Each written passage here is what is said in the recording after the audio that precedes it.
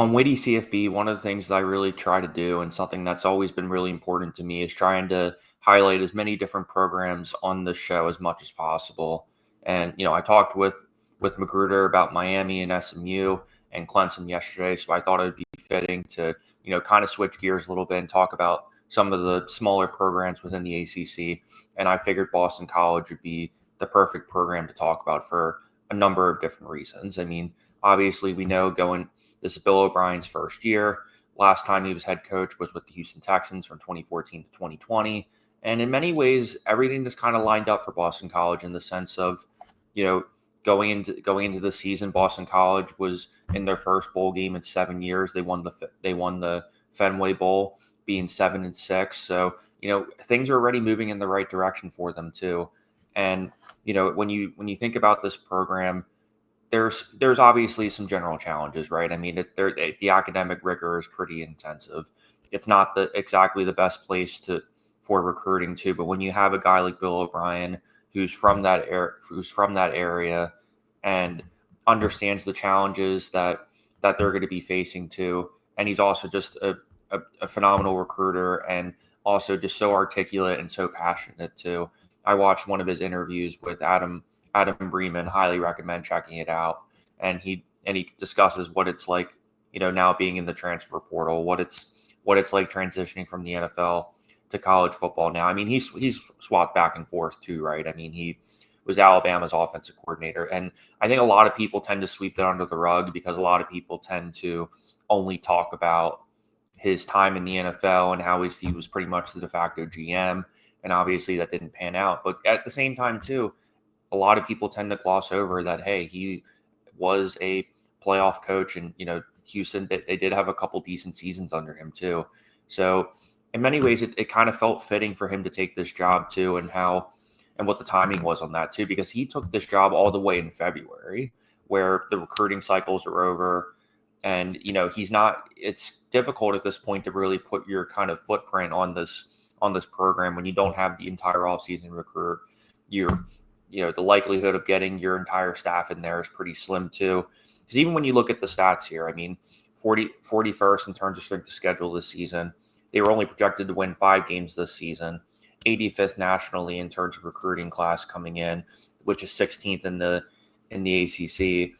And when you look at this program, I mean, I think going into it, a lot of people were kind of saying to themselves, "Hey, Thomas Castellanos, I watched a bunch of them last year, and I watched, some of their spring ball too, as well as the beginning of the year when they played Florida State and Western Kentucky and Mizzou." And, one of the things that kind of struck out to me is just, how much of a dynamic, talented runner Castellanos is. And, you can even go back to last season too. Their Achilles heel was him not being able to necessarily pass the ball very efficiently too. I mean, went 99 for 161, 61% completion percentage, 13 something hundred yards. So, obviously passing the ball has been a struggle for him.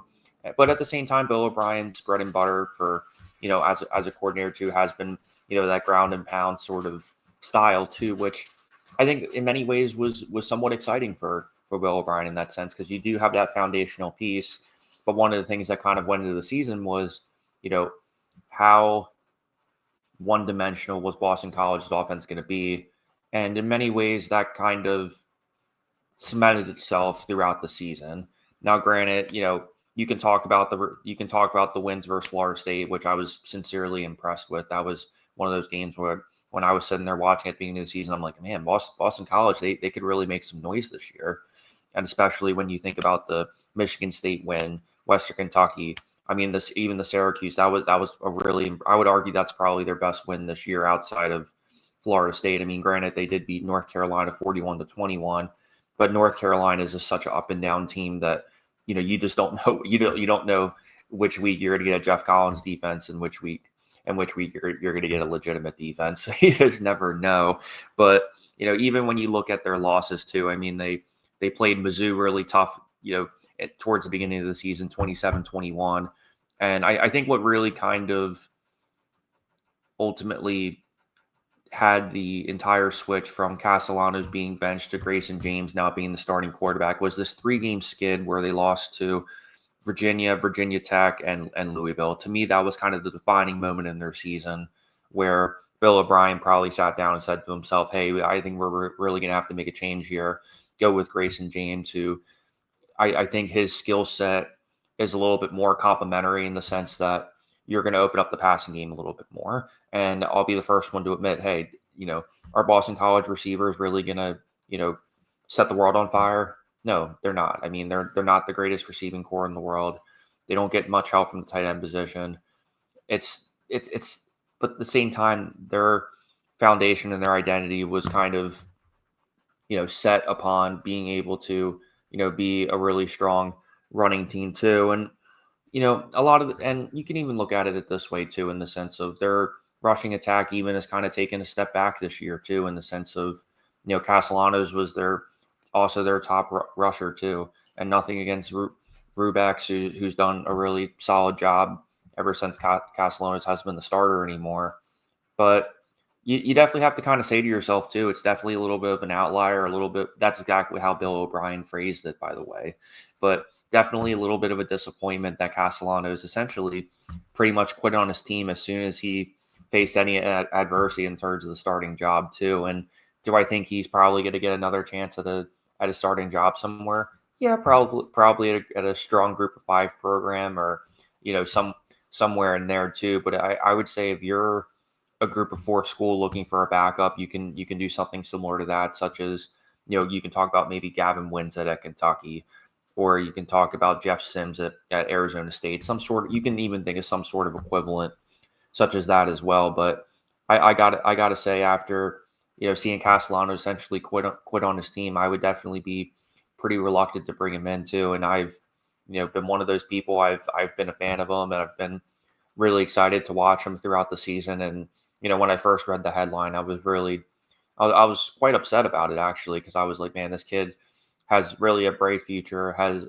a ton of talent, super dynamic. It's just, can he just get this throwing ability enough to the point where teams just aren't just stacking the box and making him run these zone reads or go to the outside, or make him beat him with his arm a little bit. I'm not saying they got to completely stop him from running, but at the same time, if you're playing Boston College, you're gonna have to probably say to yourself, hey, majority of what they're gonna do is gonna be ground and pound, grind the clock, long sustainable drives, and well disciplined football.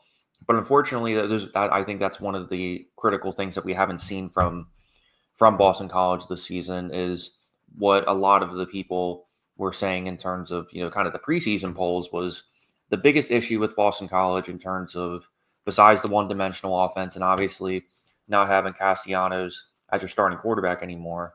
The other thing that sticks out to me is just how poor the secondary has been for the most part this season. I mean, I go back to the Virginia Tech game, for example, where they gave up over 500 yards of offense too. And it wasn't just them necessarily giving up big passing yards too. It was big explosive run plays throughout the season. It was poor tackling, not getting off the field due to poor discipline or penalties. So yes, there are some issues that are going to manifest itself throughout the season too. But at the same time, when you have somebody like Bill O'Brien who has that experience and understands what it's going to be like to build something from the ground up, and they're definitely quite motivated as well right now. I mean, even if you look at the bottom ticker there, I mean, they've scored over 27 points in their past 4 games. So it seems like this offense really is clicking, and the defense is definitely gonna have a lot of work to do. I'm really excited to see how Boston College is going to be taking this from a recruiting standpoint as well, because I think that's one of the things that a lot of people tend to kind of dismiss about Bill O'Brien based on his NFL background. But if you really hear about his experience, particularly about Penn State, you would realize that he is through and through a players type of coach, and especially him being a lot more mature and sort of understanding now.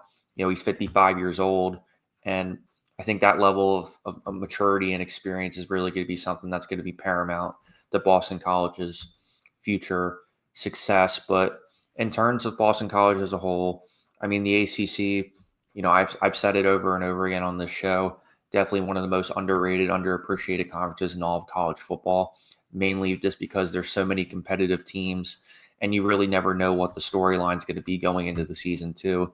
You can even look at the Big 12, and who would have thought to themselves that Arizona State would be the perennial favorite to be winning the Big 12 going into week 14. So that's just the part of the fun, the excitement, and the passion about college football that keeps me going, and quite frankly gets me to do these deep dives into these smaller programs such as Boston College. Let me know in the comments what you think about Boston College moving forward as they head to face Pittsburgh, who's been on a 4-game skid. And, right now they're looking really good to be able to take care of business, be 7-5, especially when Eli Holstein essentially snapped his leg last week in a ass whooping against Louisville. That was not one of their best performances, and everything's kind of crumbling down for him. So it's a really strong start for Boston College, be able to finish the season strong and be able to see a full recruiting class from Bill O'Brien. So definitely excited to see what happens from there.